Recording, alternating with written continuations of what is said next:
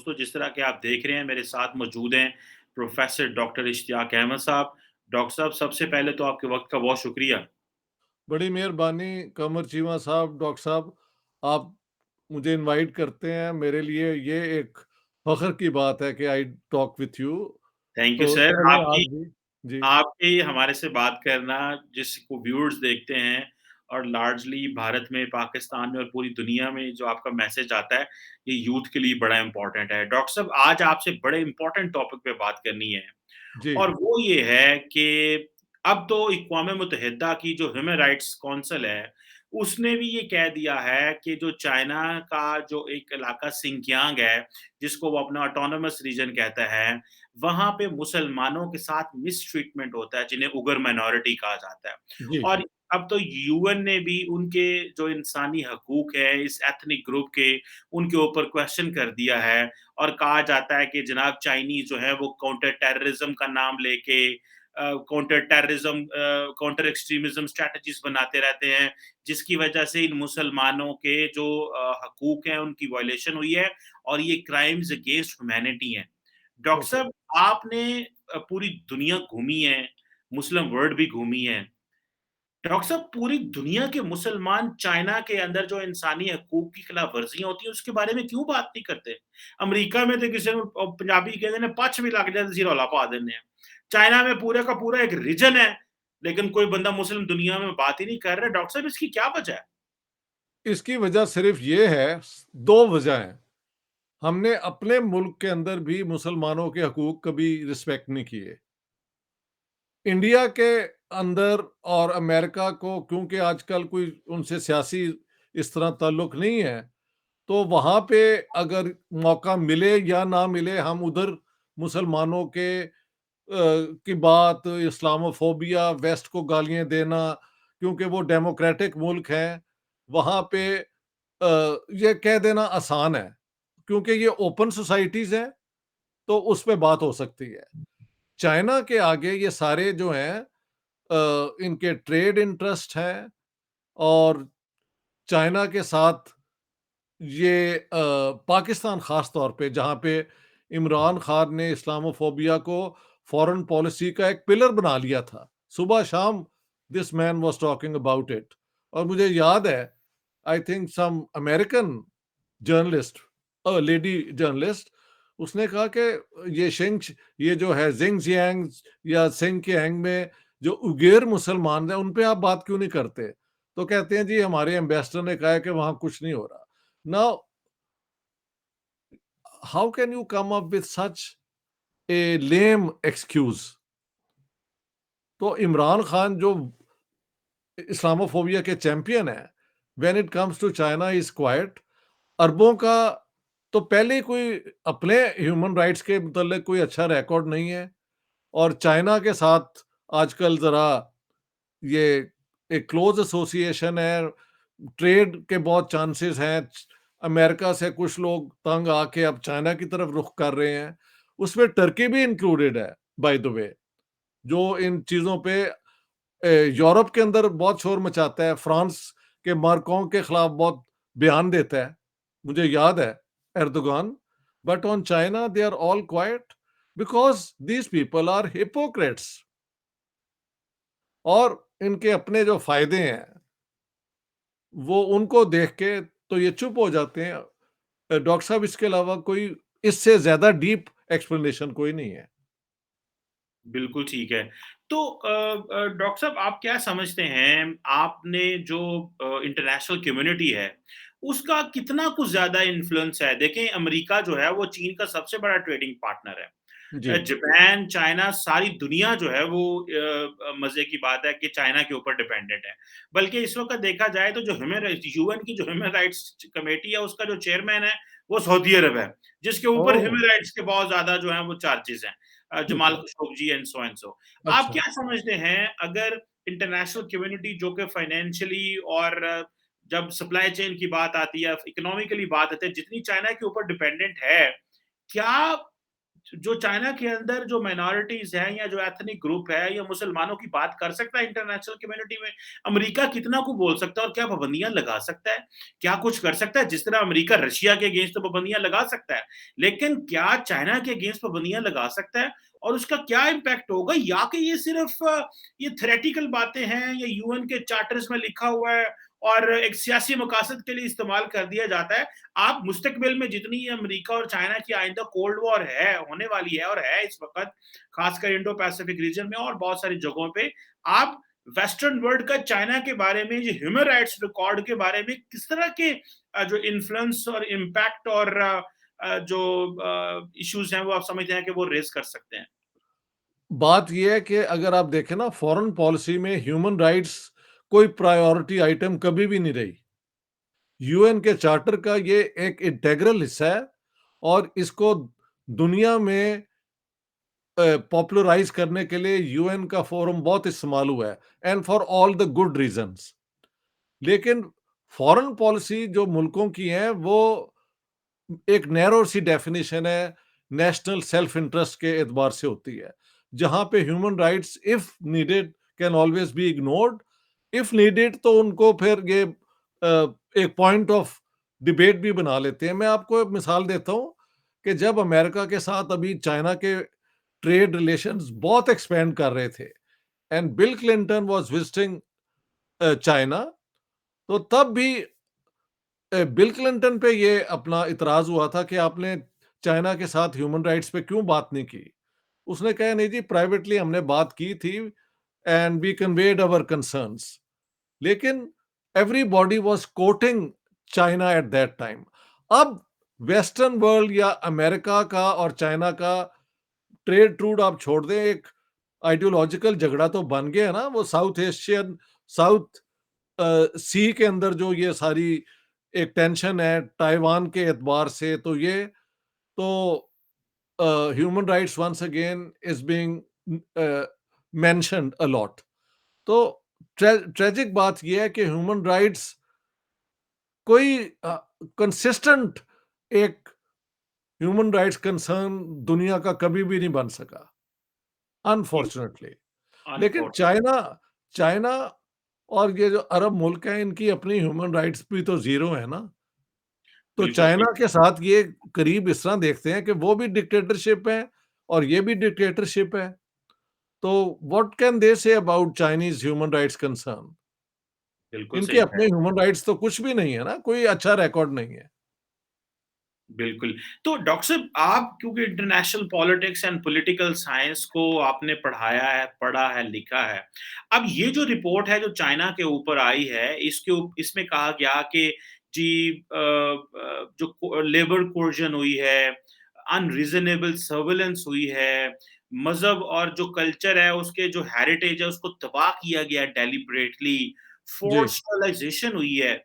Doctor हुँ, साहब, ये बताइएगा कि क्या अक़वाम मुत्तहिदा का चार्टर या बैनुल-अक़वामी जो ताकतें हैं या जो वर्ल्ड वॉर 2 के बाद इंटरनेशनल सिस्टम खड़ा हुआ, क्या हुँ, इसकी रेलेवेंस एंड वैल्यू खत्म हो जाएगी अगर यूएन चार्टर जो है वो अपनी की हुई बातें या लिखी हुई बातें जो है वो इम्प्लीमेंट नहीं कर सकता? अगर दिल हो जॉर्ज डब्ल्यू बुश का, तो वो तो जो है वो राइट टू प्रोटेक्ट का कानून ले आते हैं और खुद ही समझते हैं कि इराक में जो वेपन्स ऑफ मास डिस्ट्रक्शन है और हमला कर देते हैं। और अगर हुँ। कहीं पे इस तरह की जो ह्यूमन राइट्स वायलेशन हो रही है वहाँ पे खामोश हैं। तो जो यूएन चार्टर है या जो इंटरनेशनल सिस्टम है, आप इस ये जो लिखा हुआ है इसको आप कितना को इसको खतरा समझते हैं? अगर जो नई इल्लिबरल पावर्स हैं वो इसको चैलेंज कर दें और अमेरिका और बाकी वेस्टर्न ताकतें जो हैं वो खामोश रहती हैं इस सारे पे? देखिए, इसकी अगर बैकग्राउंड देखी जाए, तो जब ये यूएन चार्टर डिस्कस हो रहा था, तो तब president Roosevelt was still the American president, और उनका ख़्याल था कि रूस और अमेरिका ने दोनों ने मिलके एज़ पार्टनर्स नाज़ी जर्मनी को डिफीट किया है। और सेकंड वर्ल्ड वॉर के बाद ऑनेस्टली डॉक्टर साहब, Russia was in no position to militantly expand communism. उनके तो 27 मिलियन लोग मारे गए थे उस जंग में। और उनको बहुत ज़रूरत थी फॉरेन एड की। लेकिन जहाँ 12 अप्रैल 1945 को रूज़वेल्ट की डेथ हुई है, तो वाइस प्रेसिडेंट जो थे क्या Trueman, when he took over, तो वो he was a born again Christian किस्म के आदमी हैं। और कंजर्वेटिव पार्टी जो थी, यानी रिपब्लिकन्स ने उन पे भी जोर डाला। ट्रूमैन खुद कुछ इस किस्म के ही थे कि जो जो अंडरस्टैंडिंग थी कि नो मोर वॉर, और ये जो टू सुपर पावर्स हैं, यूनाइटेड स्टेट्स और सोवियत रशिया, दोनों ये दोनों मिलके एक नई दुनिया बनाएंगे, अमन की, दोस्ती की और ये इस किस्म की बातों की। लेकिन रूज़वेल्ट की डेथ के बाद इन्होंने जान के, जो सोवियत थे फॉरेन मिनिस्टर मोलोटोव, उनको बुला के, और ट्रूमन ने झाड़ा कि भाई पोलैंड में आप ये कर रहे हैं, वो कर रहे हैं, बजाय ये कि ये दोनों मिलके चार्टर के ऊपर फिर मिलके जो था ना कि हम मिलके अब we will build peace, no more war. उसके बाद कोल्ड वॉर शुरू हो गई। तो human rights then became only a propaganda item from both sides. West वाले कहते थे कि ये लोगों के religious freedom, freedom of speech पे अपना पाबंदियां लगाते हैं, और सोवियत यूनियन कहता था कि इन यहाँ पे जो इकोनॉमिक राइट्स हैं लोगों के, वो ये रिस्पेक्ट नहीं करते। हार्लेम और यहाँ और वहाँ बहुत गुर्बत है अमेरिका में और दुनिया में। तो दोनों ने ह्यूमन राइट्स को अपने अपने एंगल से देखा। Western powers were insisting on freedom of speech, freedom of religion, freedom of association, और जो सोवियत कम्युनिस्ट ब्लॉक था वो कहते थे कि सोशल इक्वालिटी और इकोनॉमिक इक्वालिटी जब जब तक इस्टेब्लिश नहीं होती, बाकी राइट्स का कोई मकसद नहीं है। So for a long time during the cold war, human rights became a victim to the cold war. दोनों ब्लॉक बात ह्यूमन राइट्स की करते थे, लेकिन जिस पोर्शन की बात वेस्ट वाले करते थे, उस पोर्शन की बात सोवियत यूनियन और चाइना, उस जमाने में एक थे, वो नहीं थे करते। कोल्ड वॉर खत्म हो गई। Russia became a third power, fourth power. China emerge as the great power. और उस ग्रेट पावर में जो वेस्टर्न इकोनॉमीज ने उनका फायदा उठाया, उनकी लेबर फोर्स का, और बेतहाशा प्रॉफिट जो है, अपनी सारी इंडस्ट्री वहां ले आए, ये ले आए। तो बिल क्लिंटन उस पीरियड का टाइम के जमाने के प्रेसिडेंट है। He had to keep quite.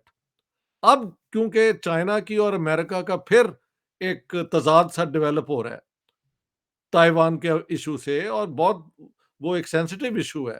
तो वंस अगेन वी फाइंड कि यूएन की रिपोर्ट जो है उसको, हो सकता है ये रिपोर्ट्स पहले भी इस किस्म की आती हों, लेकिन उनकी इंपॉर्टेंस बहुत बढ़ गई है। हुँ, आपका मेन कंसर्न था कि क्या ये चार्टर अब सिर्फ क्या, हाँ, there is one thing, if somebody can show that there is either a genocide going on or uh, एक और टर्म है क्राइम्स अगेंस्ट ह्यूमैनिटी, हुँ, तो फिर UN security council can even order military action, जो कि उन्होंने किया भी महल कोसोवो में, और इधर जब ये रिसेंटली वहां पे सिविल वॉर हो रही थी यूगोस्लाविया में भी, नेटो ने आके बॉम्बिंग की और इस किस्म की बातें हुई। नेटो ने तो की ना, वो क्या कहते हैं, यूगोस्लाविया में, बट कोसोवो में तो गालिबन यूएन चार्टर के तहत ये मिलिट्री एक्शन किया गया था क्राइम्स अगेंस्ट ह्यूमैनिटी के। बट चाइना के खिलाफ क्राइम्स अगेंस्ट ह्यूमैनिटी का अगर ये चार्ज लगा भी दें, तो उसके साथ कौन जंग लड़ सकता है? वो तो उतना ही न्यूक्लियर आर्म्ड है। ये कोई इराक थोड़ी है कि इल्जाम लगाओ और जाके तबाह कर दो। चाइना के लिए, इनके लिए मुश्किल हो गया है। So that is the tragedy. The tragedy is के the UN charter was based on what is known as international liberalism, yes, but international liberalism is dead। वो सिर्फ वेस्ट में इंटरनेशनल लिबरलिज्म का जो जिक्र भी है, वो भी नेशनलिज्म के जरिए कॉम्प्रोमाइज हो गया। अब ये देखे ना, यूक्रेन की जंग वैसे तो पुतिन ने शुरू की, और ये कितने महीने हो गए हैं, लेकिन the fact is that the Americans and the western world ने कोई एक जस्ट किस्म का कंसर्न जो था सोवियत ये रशिया का, उसका ख्याल नहीं किया, और फिर ये जंग शुरू हो गई है। तो ये once again I think you have pointed out a big problem कि UN charter is based on goodwill and good faith of all members. तो जहां पे ना गुडविल हो और ना गुड फेथ हो, तो charter becomes a subject of conflicting interpretations और मैनिपुलेशन। तो ये हो रहा है, ये बहुत बड़ी ट्रेजेडी है वैसे। बिल्कुल सही कह रहे हैं, बहुत बड़ी ट्रेजेडी है। डॉक्टर साहब, इसमें मैं एक और चीज़ भी यहाँ पे आपसे बात भी करना चाहता हूँ और आपसे जानना भी चाहता हूँ, जी। कि चाइनीज़ जो हैं वो पाकिस्तान को भी कहते रहे हैं कि आपके जो एक्सट्रीमिस्ट हैं, जो पाकिस्तान में ये जो नॉर्दर्न कह रहा हूँ, जो फॉर्मली फाटा का जो एरिया था, वो उगर्स को जो है वो आके रेडिकलाइज़ करते हैं। तो उसके ऊपर भी हमारी चाइनीज़ के साथ जो है वो मामलात ख़राब रहे हैं और बड़े हाई लेवल के जी, जो जी। है वो डिस्कशंस होती रही हैं माज़ी के अंदर भी। जी, तो जी। पाकिस्तान की तो वैसे ही कोई लेजिटिमेसी नहीं है, ना पाकिस्तान जो है उनको इस हवाले से जो है वो कुछ कुछ कह भी कह सकता है। सकता है। ठीक है। हाँ, उनको वो तो हमें तो उल्टा वो हमें कहते हैं कि आप हमारे जो चाइना के अंदर मुसलमान हैं, उनको खराब करते हैं और इस तरह बिल्कुल, बिल्कुल। जो वो बातें करते हैं। तो आप क्या समझते हैं डॉक्टर साहब, ये जो इश्यू है कि जी आप उन मुसलमानों को ये कह के जी कि वो एक्सट्रीमिस्ट हैं, वो दहशतगर्द हैं और खुद ही उनकी मसाजिद पे कंट्रोल कर लें या खुद ही उनकी जो है वो रिलीजियस ओरिएंटेशन चेंज कर दें और उनको लिंक कर दें और ग्रुप्स के साथ, सेंट्रल एशियन ग्रुप्स के साथ और उनके ऊपर हैवी हैंड लें। इसके ऊपर जो है at the end of the day आवाज क्यों कहीं से भी बुलंद नहीं हुई? ह्यूमन राइट्स ग्रुप्स भी इस पे खामोश हैं। मीडिया भी नहीं लिखता है इसके ऊपर, मीडिया बोलता भी नहीं है। चलो रियासतों की तो मजबूरी हो गई, लेकिन मीडिया की लार्जली या थिंक टैंक्स की तो कोई मजबूरी नहीं होती, वो तो बोल सकते हैं। बात ये है, आप भी जानते हैं और मैं भी जानता हूँ कि हमारा पाकिस्तानी मीडिया जो है, वो तो कब्ज़े में है, वो तो कोई बात कर ही नहीं सकता। और जो हमारे एनजीओज़ हैं और ये, वो चाइना के मुतालिक क्या बात करेंगे? They are Pakistan specific. उतनी वो बात करते हैं जितनी उनको उसके अंदर होता है कि यार हुकूमत से टक्कर नहीं लेनी, इल्तिजा करनी है, वो ये करते रहते हैं। तो अब मसला ये है कि पाकिस्तान तो कभी भी चाइना पे तनकीद नहीं ना करेगा। वी आर हेड ओवर ही, वो क्या कहते हैं, सर से ऊंचा हो गया हुआ है हमारी डेट हाँ, दुनिया में। और चाइना के सीपेक के जरिए तो हमने अपनी सारी वो जो इकोनॉमिक प्लानिंग है उसको सस्पेंड किया हुआ है। समझ ही नहीं आ रही कि वो कैसे पाकिस्तान के लिए बेनिफिशियल होगी। तो वी आर अ बिल्कुल, lost case at the moment. बिल्कुल पाकिस्तान सही। से बात आपने बिल्कुल दुरुस्त फरमाया। जब ये उगेर सिचुएशन थी तो पाकिस्तान के खिलाफ उन्होंने प्रोटेस्ट किया था चाइनीज ने, कि आपके इन्फ्लुएंस के जरिए हमारे यहाँ ये हो रहा है। और पाकिस्तान ने वो जितने लोग थे ना, पकड़वा दिए थे चाइनीज को, भेज दिए थे। तो हमने Pakistan has no legs to stand on on human rights issue, specially आप देखें जमात इस्लामी नहीं बोलती, जो सारी दुनिया में हाँ, इसका शोर मचाती फिरती है मुसलमानों के हकूक का। उनका तो आइडियोलॉजी यही है ना कि only the concerns and the rights of Muslims matter, but not when it comes to China. मैं इंडिया के ऊपर जितना मर्जी शोर मचवा लो। अभी अभी वो अली गिलानी को इन्होंने बहुत बड़ा फ्रीडम फाइटर कह दिया है। Can you believe it? हाँ। डॉक्टर साहब, उनकी मैं डेथ। आपको मज़े की बात बताऊँ जी। मैं या पाकिस्तान में बहुत सारे तबलीगी जमात वालों को जानता हूँ। जो अच्छा। अच्छा तबलीगी जमात वाले जो है ना, इनकी खूबी ये है कि ये अपने मोहल्ले में तबलीग नहीं करते। ये हाँ। तबलीग करते हैं दूसरे शहर जाके जहाँ इनको जानता नहीं होता और फिर ओके। इन्होंने क्या किया कि इन्होंने इंटरनेशनली भी जाके तबलीग की। अच्छा, एक मज़े की बात ये है कि मुझे कुछ तबलीगी जमात वाले मिले, उन्होंने कहा हम चाइना गए। अच्छा। अच्छा, जब चाइना गए तो उन्होंने कहा जो अच्छा, आप ये तबलीगी जमात वाले क्या करते थे कि ये मसाजिद में रहते हैं, ठीक ठीक है। है? वहाँ पे अंदर जाके मसाजिद में रहना और बाहर निकल जाना, जाके लोगों को तबलीग करना। तो ये सिंकियांग के इलाके में पाकिस्तान की तबलीगी जमात वाले भी गए। मैं इस्लामाबाद में बहुत साल पहले एक टैक्सी वाले को मिला। मैं कहीं जा अच्छा। रहा था टैक्सी में, तो उसने कहा जी कि मैं उधर गया था। तो उसने कहा कि जी हमें उन्होंने कहा जी कि तुमने होटलों में रहना है, चाइनीज़ ने कहा।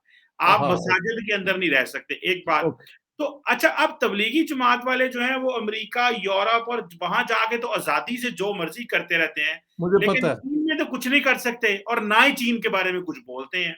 नहीं तो ये बोलते हैं। तो बड़ी देखिए ना डबल स्टैंडर्ड्स हैं कि अमेरिका, यूरोप और बाकी ममालिक इनको फ्रीडम देता है, जो मर्ज़ी करो। और चीन फ्रीडम नहीं देता।